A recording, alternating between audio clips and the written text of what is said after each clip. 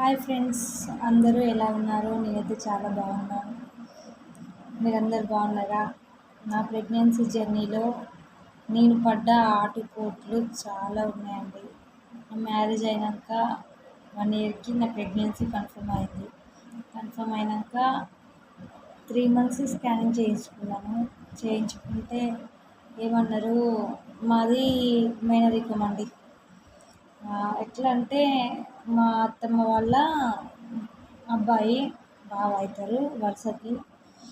అంటే డాడీ వాళ్ళ సొంత చెల్లె.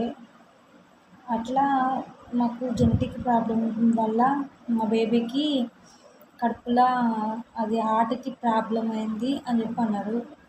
ఎట్లా అంటే హార్ట్ కొంచెం ఒక సైడు జఠరికలు కర్ణికలు ఉంటాయి కదండి.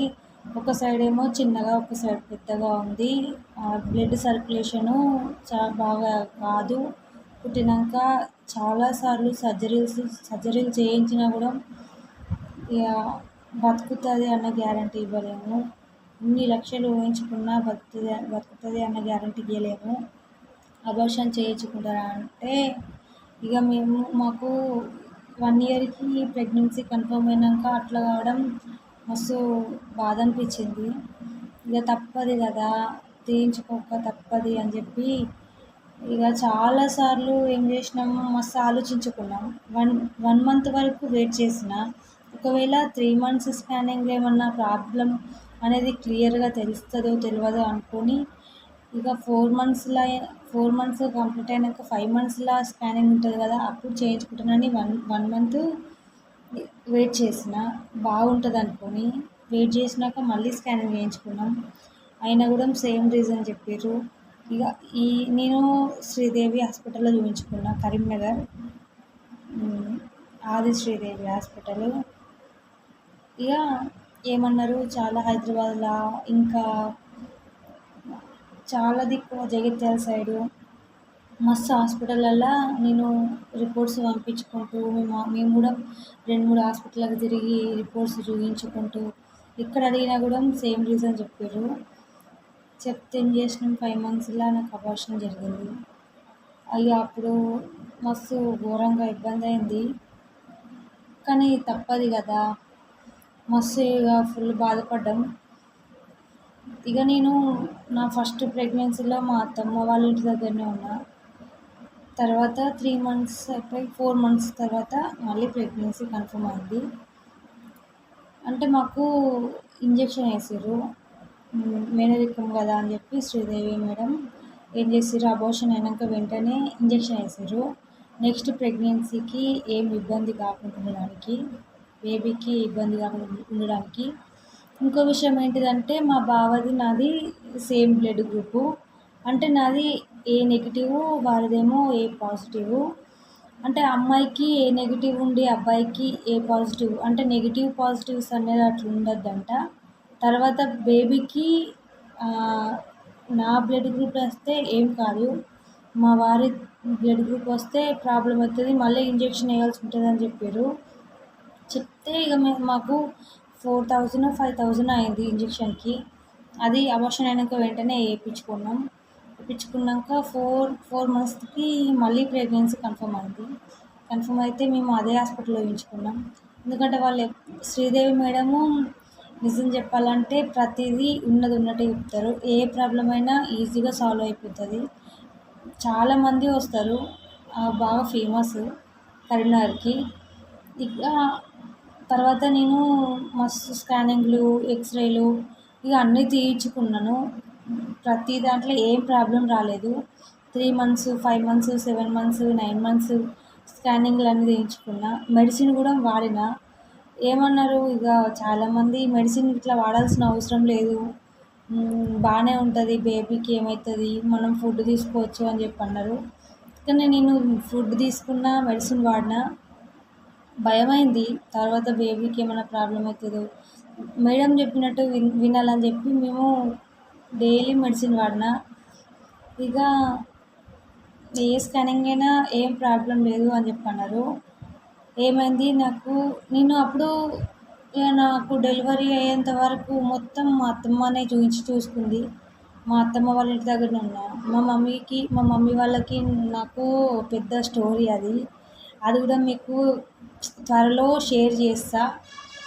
అది మా మా అమ్మ వాళ్ళది మా మా మధ్య ఇక అదో పెద్ద స్టోరీ. అది నిజంగా ఎవ్వరింట్లో ఉండదు అట్లాంటిది. ఇట్లా మా ఇంట్లో జరిగినట్టు ఇంకెవరింట్లో జరగలేదు ఇంతవరకు తెలిసి. మీకు చెప్తే మీరే ఆశ్చర్యపోతారు. ఇక తర్వాత నేను ఎప్పుడైనా చెప్పేస్తా. ఇదైతే నా ప్రెగ్నెన్సీ జర్నీ. ఏమైంది, ఇక 7 మంత్స్ 9 మంత్స్ 7 మంత్స్ అయిపోయినాక మేడం ఏం చెప్పారు, అంతవరకు నేను 7 మంత్స్ వరకు కొంతమంది ఏం చేస్తారు, ఏం కాదు అన్ని పనులు చేసుకోవచ్చు, కూర్చోవచ్చు, లేవచ్చు, వంగచ్చు, అన్ని పనులు చేసుకోవచ్చు అని చెప్పి అంటే అనుకుంటారు. అట్లా అనుకొని వాళ్ళు ఇక వాళ్ళు అర్థం చేసుకోకుండా ఏం తెలియని వాళ్ళు ఉండి ఇక వేరే వాళ్ళ మాటలు ఇట్లా విని వాళ్ళు ఏం కేర్ తీసుకోరు. కానీ నా విషయంలో అయితే మా అత్తమ్మ మస్తు కేర్ తీసుకున్నారు. నాకు ఏం తినాలనిపించినా చేసి పెట్టేది.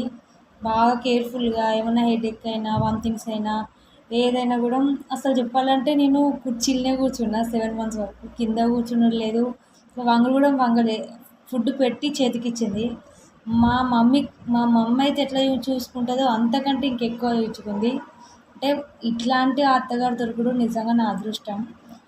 మా బావ కూడా నాకు ఏది ఇష్టం ఉన్నా కూడా ఎవరికి తెలియకుండా నైట్ టైంలో ఇక ఇట్లా ఎవరు లేని టైంలో చూసి తీసుకొచ్చి ఇచ్చేటోడు. బయట నుంచి తీసుకొచ్చి బయట ఫుడ్ తినద్దు అది ఇది అంటారు కానీ అంటే అది 7 మంత్స్ 8 మంత్స్లో గిట్ల తినద్దు బయట ఫుడ్, 9 మంత్స్లో గిట్ల. ఎందుకంటే తొందరగా డైజెషన్ కాదు ఫుడ్ అనేది.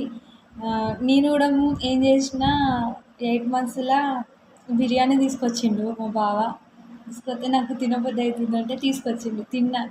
తిన్నాక డైజెషన్ కాక మొత్తం కళ్ళు తిరిగినట్టు పొట్టలో నొప్పి వచ్చినట్టు అయితే మళ్ళీ హాస్పిటల్ తీసుకెళ్తే శ్రీదేవి మేడం బెదిరించింది, తినొద్దు అన్నది.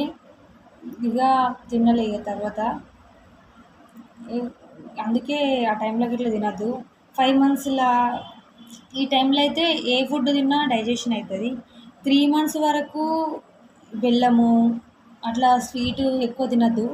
నేనైతే నాకు అబార్షన్ కాకముందుకు అబార్షన్ అయినాక నేను అసలు చికెనే తినలే. చికెను, ఎగ్ ఆమ్లెట్లు ఇది తినలే నేను. బయట ఫుడ్ ఐటమ్స్ కూడా ఎక్కువ తినలే. స్వీట్ ఐటమ్స్ షుగర్ తోటి చేసినవి తినలే. అట్లా అది తినడం వల్ల తొందరగా ప్రెగ్నెన్సీ వేడయ్యి ప్రెగ్నెన్సీ కన్ఫర్మ్ కాదు. 8 మంత్స్ పట్టాక నేను ఎక్సర్సైజులు, కింద కూర్చోవడము, లేవడము, మా అత్తమ్మ మస్తు ఎక్సర్సైజ్ చెప్పింది. ఇక వాళ్ళు వెనుకట ఇట్లా వాళ్ళు హాస్పిటల్లో ఇట్లా కాకుండా మంత్రసాని చేతుల్నే పిల్లల్ని కన్నారు కాబట్టి వాళ్ళకు తెలిసి ఉంటాయి కదా. వాళ్ళ మాటలు నిజం చెప్పాలంటే వాళ్ళ మాటలు వినాలి. వాళ్ళు చెప్పేటి ప్రతిదీ కరెక్టే చెప్తారు.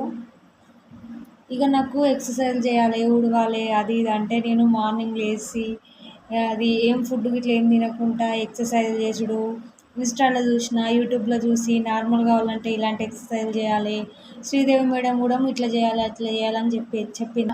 చేసినాక నాకు 9 మంత్స్ పడ్డాయి. 9 మంత్స్ పడ్డాక 15 డేస్కే నాకు పెయిన్స్ వచ్చినాయి. పెయిన్స్ వచ్చినాక సాయంత్రం 6 o'clock నుంచి పెయిన్స్ వచ్చినాయి.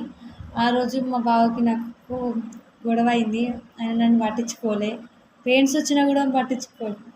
ఇక తర్వాత వస్తుంది అంటే ఇక ఆయన ఉత్తగానే అనుకున్నాడు. నిజమని తెలిసినాక ఇక వేడిగా తాగాలి అని చెప్పి అంటే ఇక ఆయన ఛాయ్ తీసుకొచ్చి ఇచ్చేసరికి తాగినాను. ఫుల్ పెయిన్స్ వచ్చినాయి. హాస్పిటల్కి వెళ్ళినాము అదే సాయంత్రం. కానీ నాకేమైందంటే మళ్ళీ నెక్స్ట్ డే 18 minutes వరకు నేను పెయిన్స్ తీస్తున్నా. బాగా మస్తు ఇబ్బంది అయింది.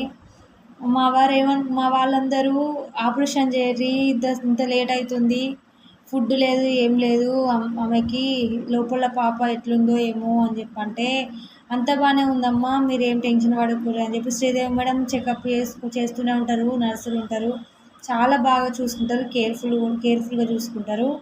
మనీ కూడా మనకి అందుబాటులోనే తక్కువనే తీసుకుంటారు, ఎక్కువేం తీసుకోరు. ఇక నాకైతే 80,000 90,000 వరకు అయింది. నార్మల్ డెలివరీ అయింది కానీ ఇక బయట ఖర్చులు, ఈ మందులు, ఇక 3 days ఉన్నాం అక్కడ, కానీ ఖర్చులు అవి ఇవి ఎక్కువైనాయి. మళ్ళీ ఇంజెక్షన్ వేసిర్రు మా బాబుకి. బాబు పుట్టిండు, నార్మల్ డెలివరీ అయింది. ఇక ఇంజెక్షన్ వేసిర్రు, ఎందుకంటే నా బ్లడ్ గ్రూప్ రాలేదు మా బాబుకి, మా బాబు బ్లడ్ గ్రూప్ వచ్చింది. అందుకే ఇంజెక్షన్ వేసిర్రు, చెప్పిన కదా అట్లా రావద్దని. వేసినాక ఇక 3 daysకే పంపించారు. ఏమైంది, మా బాబు 2.5 kgs పుట్టిండు. కానీ హెడ్ అనేది మస్తు పెద్దగా వచ్చింది, బాగా పెద్దగా వచ్చింది. మస్తు భయపడ్డాం. అత్తమ్మ ఏం చేసింది, అప్పుడే తీసుకొని ఇట్లా ఒత్తింది, వెనుక ముందు కుళ్ళ కట్టి ఒత్తింది. అయినా సెట్ కాలే. ఎప్పుడు మస్తు భయం అయ్యేది, మెనరికము.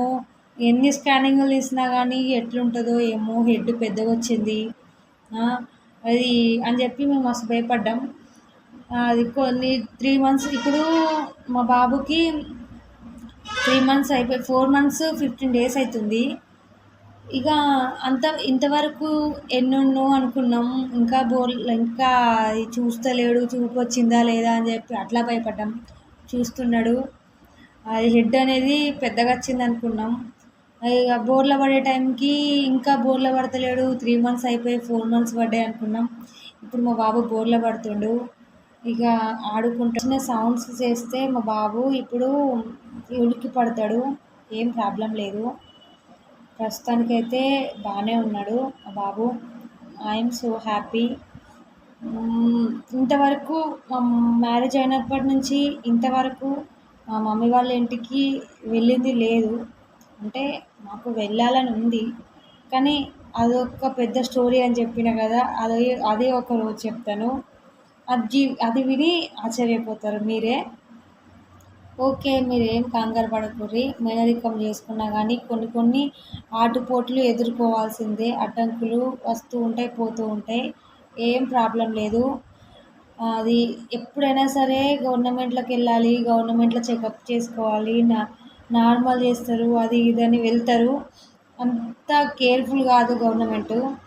డబ్బులు పోయినా పర్లేదు, ఈరోజు కాకపోతే రేపు సంపాదించుకోవచ్చు.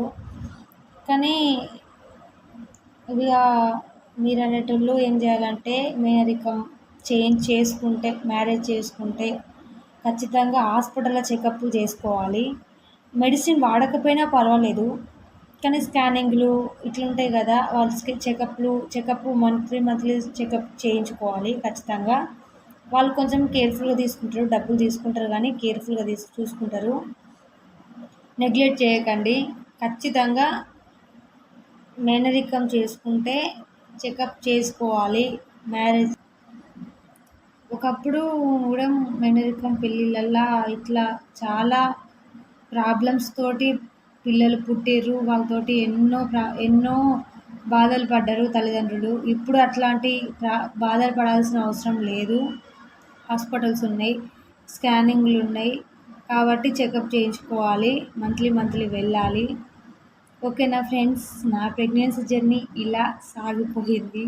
ఇప్పుడైతే మా బాబు వచ్చిండు, బాబుకి 4 months 15 days అవుతుంది. మా బాబును కూడా నేను చూపించుతా నెక్స్ట్ వీడియోలో.